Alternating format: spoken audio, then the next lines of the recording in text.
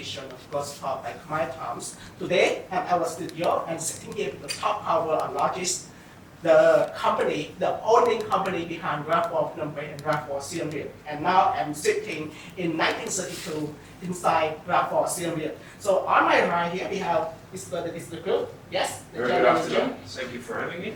Thank you for joining me today. And then we have Mr. Christopher Hur, the president. Yes, nice to meet you. Thank you very much. Yes, and last but not definitely not least, we have Mr. Meyer, the CEO. All right. Great to be here. Thank you. Thank you very much for joining me today. Now, it has been 2 years since the pandemic, the COVID-19 pandemic struck Cambodia, just like the rest of the world. And hospitality and tourist sector has been struck hard. So what I want to know today, has the same thing happened with Lodgis? Okay. In the past 2 years, Mr. Hur, what are the challenges that Lodgis has gone through as a key player in hospitality? Is the floor is yours. Thank you. Well, it's been it was a very long and challenging 2+ years, really, right? 2.5 years almost. And a lot of things, the problems and challenges and difficulties that Dennis and the team went through at the properties, we faced at in a way at a larger level because we own many hotels. And in short, it was an extremely challenging period. Overnight, business disappeared. When business disappears, your cash flow for your company disappears, and then you have to start making a lot of very difficult decisions, probably some of the worst decisions, such as reducing headcount, right? Salary restructuring, talking to your lenders, talking to your investors, and just trying to really buy time. But I think one of the scariest part of all of that compounding was that we never knew when it was going to end. When we were in 2020, all around February, March, I think a lot of us had hoped that it would be done by the third quarter, the fourth quarter of that year maybe, right? But then it all started again, and then 2021 came. And even just a few months ago, maybe 4 or 5 months ago, this hotel only opened pretty recently, the beginning of June. And so there was a lot of uncertainty in business and life in general. And sometimes uncertainty is probably one of the most challenging parts. So it was extremely difficult period. Has that happened before to Lodgis? No, not to. I mean, I think it's fair to say that this happened before in most of our lifetimes, at least in the hospitality industry. No, of course, there's been big world events, whether it's 9/11 or the GFC or the tsunami in this part of the world. I mean, there's these big events, but I think so global and so equalizing. There has been nothing to this scale. Certainly not in Lodgis. Lodgis is only about 6 years old. And of course there was a pandemic maybe about 100 years ago, and I don't think any of us were around then. But this was by far the most difficult period of time. I'm sorry to ask this question, but can you give me a specific number, like how many staff you have to let go and Yeah. So it ranges, obviously, by property. We today in our business have called about 30 different assets. This is one of the 30, and then we have obviously 29 other ones. It would range at the property level. I would say on average, there was anywhere from a 20% to 40% reduction in absolute headcount. But then there's also salary reductions that had to take place during that period of time. And at the company level, we went from about 100 people at the corporate level, right, down to today maybe about 60. So that's the 40%. Now again, it would range, but we had to do what we had to do to survive. I mean, that's the bottom line. You're pretty much at the brink of, going bankrupt. Not that we were never that close, but to make the illustration, it was that serious. Because if we just continued on, didn't make the headcount changes, didn't negotiate terms with our lenders, didn't convince our equity investors to stay with us, didn't work with teams like leadership like Dennis and others to make the changes and stop the cash issues at the property levels, we may not be sitting here now. So we really had to do what we had to do. Thank you very much. It was a bad time, but you survived. So, Peter, yes, what are the keys behind it? What are the keys that, it was a storm, yeah? Your company had to go through the storm and survive. What do you think are the keys behind it? Well, I think as Chris pointed out, on multiple levels, there were very grave, important, big decisions that we needed to make around people, which frankly is, as Chris pointed out, the hardest decisions where we have to, again, I'm reiterating what he said, but we have to make substantial retrenchments, and that obviously affects people's lives. So we take it very seriously. We also, on a financial level, again, as Chris pointed out, had to work with our various lenders and providers of capital to re-engineer and restructure and retool our balance sheet to be sustainable. Because effectively, our cash flows almost virtually evaporated. Several hotels needed to be shuttered and closed. The ones that were operational were operating at anemic levels, and as a result, we needed to work. Now, fortunately, we did get very, very good support from our lenders and the banks, and some of which are state controlled, and they made concessions to work with us. We also needed to work in some cases with governments around leasehold payments, and Dennis can talk about it, and the unions in the case of the relevant hotels in terms of negotiating what we think were fair compromises to balance the needs of both employees and our good selves. I guess, ultimately, whilst, as Chris pointed out, I think many of us, me included, when this whole thing began, didn't anticipate that it was going to go on and on and on the way that it did. But I guess we ultimately knew that it would eventually come to a conclusion, whether it was the 1918 influenza situation, or I guess going back to the 1300s, Black Plague. So eventually it was going to end, and we're fortunate that we have strong shareholders who recognize the underlying value of the assets that eventually will turn the corner. And fortunately now we're seeing that as we start this, well, I guess we're halfway through this year. But this was the black swan of the black swan events, frankly. Yeah. Just to add, I think, because you asked what was the key, and I think all of what we're saying is, I think we acted honestly as a company very fast and swiftly and decisively. So we didn't wait until, let's pretend we're in March 2020. Things are getting really, they're going from, kind of bad to absolutely nightmare very quickly. And then, with Peter's leadership, the board and the executive team, we started drawing a restructuring plan for April. So, and some, at that time, it felt, we're questioning, is this the right move? Is this right? Because you don't know when you're in that moment. But I think we acted very swiftly. And there's some other companies that I don't think acted as fast. And we were on the phone right away with Dennis and his counterparts at all of our hotels, said we need plans, we need to hunker down, we need, So I think one of the reasons, on top of everything we were saying, you think what's kind of key, I think we acted fast. We kind of got to the problem, and we diagnosed it, I think quite early. You have your enterprise has hotels all over the world. So how has operation in Cambodia, how has it been compared to the others?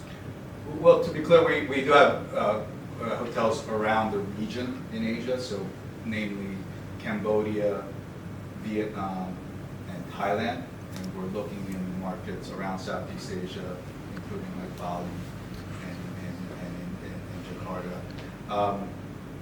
Cambodia, to be honest, let's say compared to Vietnam, I mean every market, every hotel, city, submarket has their own characteristics, but as a whole, Cambodia we have found that it doesn't have as much depth in terms of the demand. Smaller population, still relatively early in the income, the wealth kind of creation.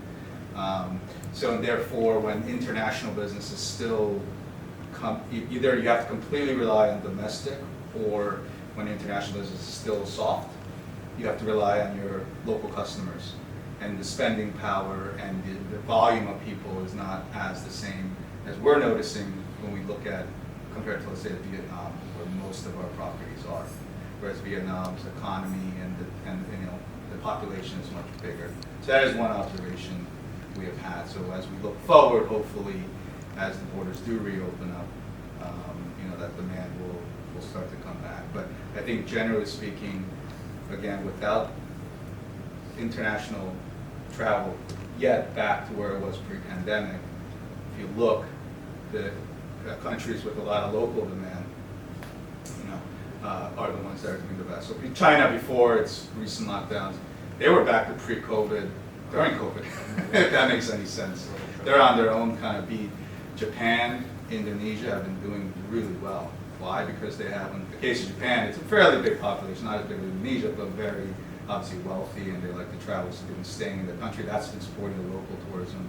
Same kind of thing in Indonesia. Number of hotels are already back to pre-COVID by now. So that's been one key observation. Thank you very much for your answer. Now, Chris, sorry, Dennis. Cambodia has reopened. Yeah. And so did Raffles Cambodia. It was reopened in June, if I'm not mistaken. 1st of June, yes. 1st of June, yes. Has it been a challenge? You laid off staff, you lost your vendors, and when you reopen like that, is it like a challenge? Most certainly, it's unprecedented times of extreme hardship. We've weathered the storm, as what we were mentioning not too long ago. It's coming out of this. There's certainly a skills and talent shortage in the country, and even in the destination. So that's something we're going to need to work through, and we've managed to retain most of the Raffles family, our team, or Harkers as we like to call them. So it's good. We've obviously been actively training there. Skills has been limited during this time. People may forget how to serve that iconic Raffles coffee, or that glass of wine as example. So it's ongoing training, it's that role play, it's on-the-job training, and continuing that confidence, creating the confidence with the team there to be able to serve that well-traveled guest. Hopefully we'll see that soon. It's currently very regional in terms of travel, so when you get that long-haul ultra-lux starting to come back from the States and Europe and Australia, hopefully with pent-up travel demand and flights coming in there, it's going to be an interesting time. So we took that decision now, and in the hope that, not in the hope, in the certainty and message of positiveness to the market that we're ready for you. Right. So, but some experts, not experts actually, they expect that the tourist sector in Cambodia will not recover to the point in the pre-pandemic until like several years later. So in the meantime, what are the plans you are working on in order to like attract tourist visitors to Raffles? I mean, the average guest has been sitting at home, or all guests have been sitting at home and are itching to travel. People are waiting, their suitcases are packed, but it's ready the flights, right? It's the flights to the destination. Cambodia has always been a little bit of a spin-off from Southeast Asia. Hopefully now, and it's great to see what the Prime Minister did by easing travel restrictions into the destination and coming out as #1 country, Cambodia, to say we're open, we're ready for business. And we're starting to see that. Yes, we're still into what seems a new norm, but there's a lot of things that we need to work through to see pre-COVID levels. And there's a lot of projections, a lot of studies, people saying 23, 24, maybe even 26. I think that was the recent announcement there. We're going to get through this, and we're going to create special journeys. We can have crystal chandeliers and gold taps, but it's taking that guest on that memorable journey. Service excellence, and that's why we did this, and we chose to do it now, as opposed to waiting 1 month before a high season and saying, okay, let's then do it. Raffles sets itself apart from any other hotel, not only in the destination, but also in the world. There's a certain expectation when you're opening up to the world again. So we'll continue, there's lots for us to do. It hasn't been, let's decide to open 1 month before opening. These things take time. As I mentioned, there's certain expectations. So we'll work through that, and let's hope we have a good high season. We're hopeful that the River Cruise series will start. That's what you need as well. Vietnam, Thailand, those sort of destinations that complement Cambodia. People are starting to book the destination more direct as well, which is encouraging, which is obviously a lot better in terms of outlook for years and months to come. Can I add something on, if I may, on the point of when we'll get back to pre-COVID levels? Because my view, and maybe I'm going out on a limb here a little bit, is that I'm not sure any of us are really experts and can predict with any certainty the patterns of travel and how long this is going to take. And my view is just as we thought that this was going to be shorter in terms of how long COVID was going to last, my view would be that the rebound is going to be faster, much faster than, I think when things are bad, people tend to think they're going to be bad longer. So I actually think that we're going to rebound quicker. Maybe it's wishful thinking because it's the sector that we're in and we need it to rebound, but I do think it's going to come back much faster. I don't think we're looking at a 2025. Thank you very much. So, last but not least, I want to know your personal message, Dennis. What did you have to say to our audience? Any advice, any recommendation, please? During this time, well, actually during the COVID time, my motto was always stay positive, test negative. That's a nice one. Yes. Some people have registered trademark that after. But we'll come out of this stronger, I believe. We're into the new norm, and we've weathered the storm. We have stuck together, togetherness as family. That really is the key to getting out of this. And we look forward. Our doors are open. We look forward to welcoming you to our grand icon here, be it in Siem Reap or in Phnom Penh or any of the other Raffles icons in the destination. We're ready. We're excited, and we look forward to welcoming you back. Thank you. Chris, anything to say? Travel is not dead, Yes. right? It was not that long ago in the middle, we thought, hey, travel's not coming back, all hotels are going to be converted into warehouses for Amazon or apartments. But, and we're, and then crypto and, everything was just so wacky over the last few years. And it actually feels, at least in our business, our collective business of hospitality, I think we've all come to realize, Dennis was mentioning about the people itching to travel and their suitcases packed, that in-person experience, meeting somebody, going and tasting the food and seeing the culture and the ruins or whatever it may be, that's irreplaceable, at least until maybe Mark Zuckerberg or somebody invents something that you can just put on some glasses. But I've been saying you can't online order a vacation, taking your kids somewhere and watching them experience something.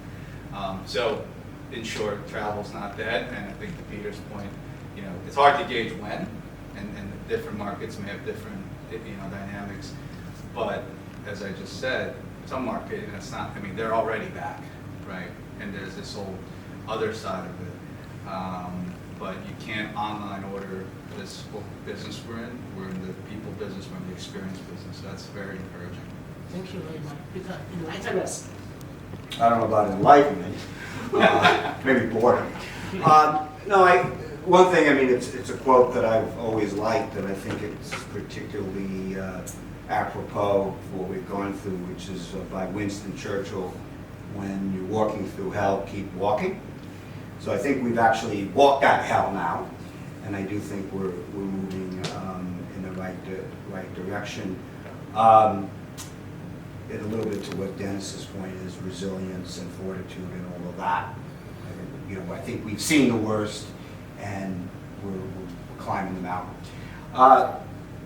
Regarding travel and the business that we're in, again, this is sort of touching on what Chris is talking about. I think the human condition is to travel, and I think it's going to be particularly intense because people have been locked up, and there's this yearning to move and to do things after having been, locked up in their living rooms on couches. So I think as a result, people are talking about it, but I believe it. There is significant pent-up demand, and that's one of the reasons that I would go back to saying that as soon as the airlines get their stuff together and big sources of travel like the Chinese open up, I think that we're going to see a bumper crop. And one of the interesting things is, we're in the investment business in the hotel space, and a lot of smart people in that business now are loaded up and they're looking to buy hotels because they see the same thing that we see, which means there's going to be, basically an explosion in asset values as people get back on the road. Thank you very much. So, thank you, gentlemen, for joining me today. Yes, thank you very much. Pleasure. Ladies and gentlemen, that's it for our show today. Until then, until next week, stay safe, and I would like to quote Dennis, think positive, test negative. See you next week. Thank All you. right. Thank you for having us. Thank you. Thank you. Thanks so much.